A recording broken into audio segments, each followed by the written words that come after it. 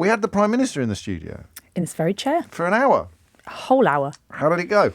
Look, I think it was pretty tricky for him, James, I won't lie. I think he was very uncomfortable at times. And obviously that is always what happens when we put politicians in this chair and get them to talk about the real issues that they're facing day in, day out. And of course, Nick Ferrari and our fearless callers really did, I think, take him to task. And obviously the campaign's ongoing. I think he felt, to me, a little bit like he had lost a little bit of energy. Obviously, it's coming to the end of the campaign. It's not. He didn't it's feel... 2 weeks and a day to go. Oh, it's been four weeks of it. I mean, he should be hitting his stride now. I'm pretty knackered myself, I'll be honest. Fair enough. But look, I think there was a touch of exhaustion in him, and he didn't quite have the same sort of spark that I think we'd seen from him before. There were some questions he just didn't want to go into, talking about reform, talking about Nigel Farage, and he did have some very difficult exchanges on the NHS as well.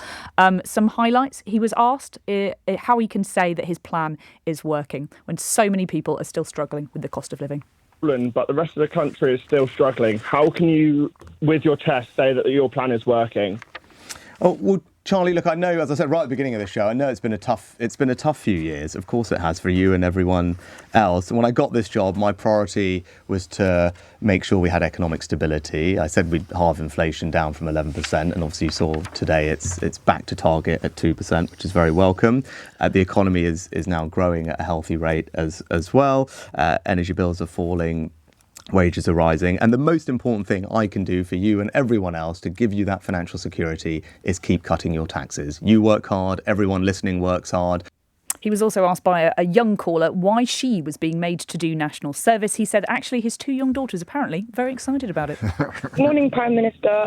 My name's Ayagi. I'm 17. I just wanted to ask, why should I have to do national service and what do I gain from it? Morning, Ayagi. Thanks for the question. I've got 2 girls who are a bit younger than you, and I'm excited for them to do national service, to be part of something, contribute to something in their community, actually, help change their lives, right? And it gave them a sense of purpose and identity, and I think service can do that for you, as well as you saw in that case, learning a really practical set of skills that have helped them and allowed them to help other people. Are your daughters excited about the possibility, yes, Mr. Sunak? As I said, they're more excited about that than they were when I announced maths to 18, I can tell you that. What do you sense they would seek to do? Would they want to do actual... They're having that debate. I think I've got one of each at the moment. There was also... I don't think they'll be living here, will they? In the unlikely event that it ever gets brought... No, they would be living here if it ever got brought in, because that would involve him winning the election. But did he just say his children had volunteered, and that's a good reason why compulsory national service is a good thing? He says that his 2 children are very excited about the idea of national service. One of them apparently wants to volunteer for the actual army part, and one of them wants to volunteer for the volunteering part, which will be a bit different. But yes, whether they... we'll never know whether they really feel like that or not. Maybe one day we'll ask them. There was also a very interesting moment as well where he was asked about John Caldwell of Phones for You. Yesterday you'll have seen the news that he's switching to now back the Labour Party. He said that the rich could afford Labour's tax rises. They're 2 of Britain's richest men. They can probably afford Labour's tax rises, but for tens of millions of people who are working really hard, they can't. And I want to cut people's taxes. Right, that's what I'm wanting to do for this country. We've started already by a £900 tax cut for everyone in work. I want to go further if I win this election to give people financial security. And what we've seen from Labour Party just literally yesterday on your own show, Nick, Keir Starmer here, all over the place, can't rule out whacking everyone's council tax up. I'm not going to do that. I want to cut people's taxes at every stage of their life. And that's the choice for everyone at this election. But finally, he did have a very difficult exchange, I thought, with a junior doctor called Olivia. She's also called in before. She told us that she was very frustrated that the Prime Minister hadn't made more progress on solving the strikes. So I am a striking junior doctor, as you may remember, and I have dedicated 16 years to my career so far and to my patients. I spoke to you last year, and today I find myself in exactly the same situation. Why do you think we failed to make any progress?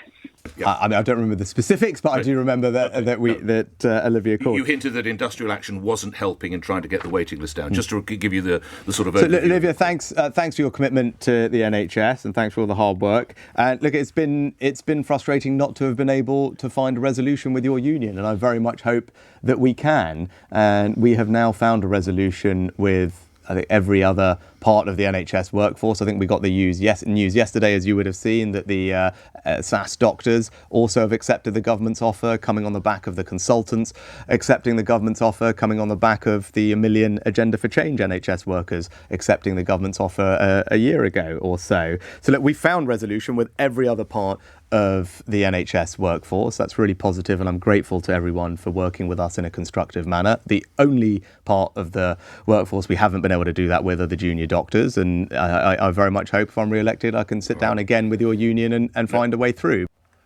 Some very robust exchanges there. I thought it was overall, I think it was a more difficult phone-in than yesterday with Keir Starmer. And like I say, I think he also faced some very, very difficult callers. And I do think both of them really struggled to turn it around in terms of when we went to the caller and said, are you satisfied with these answers that you're getting from both of them? I think both of them really struggled to get that across. But the PM, I think, definitely appeared much more downbeat than I'd ever seen him before. A few people making this point, which I don't think many journalists have made. But the election has descended into arguments about tax, with accusations flying around that the other fella's going to raise them.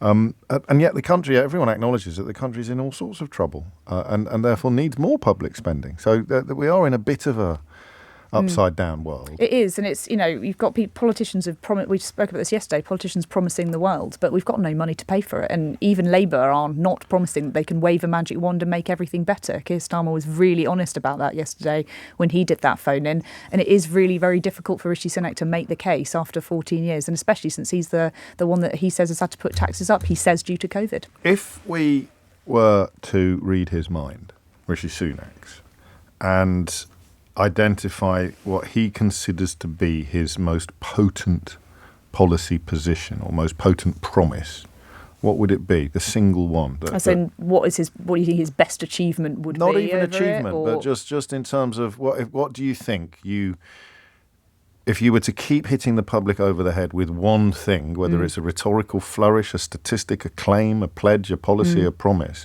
what would it be?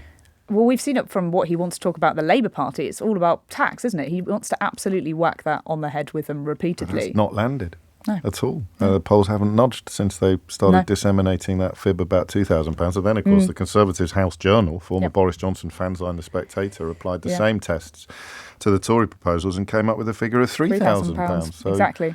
But yes, he believes clearly that that's still the best strategy for winning this election. But all the polls pointing, and he didn't want to talk about that this morning. He repeatedly tried to slap Nick down when he tried mentioning the polls. And he got, I think, a little bit agitated at the idea.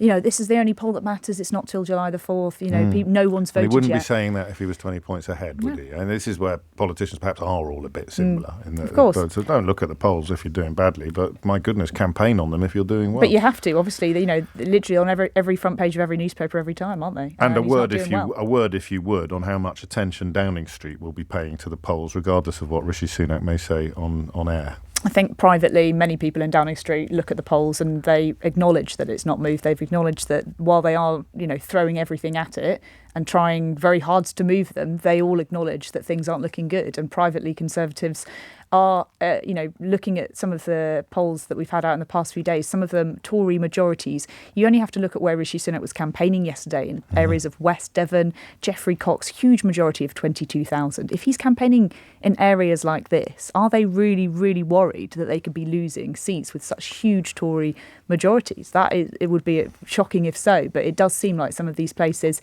some people saying if it's less than 15k, they're lost.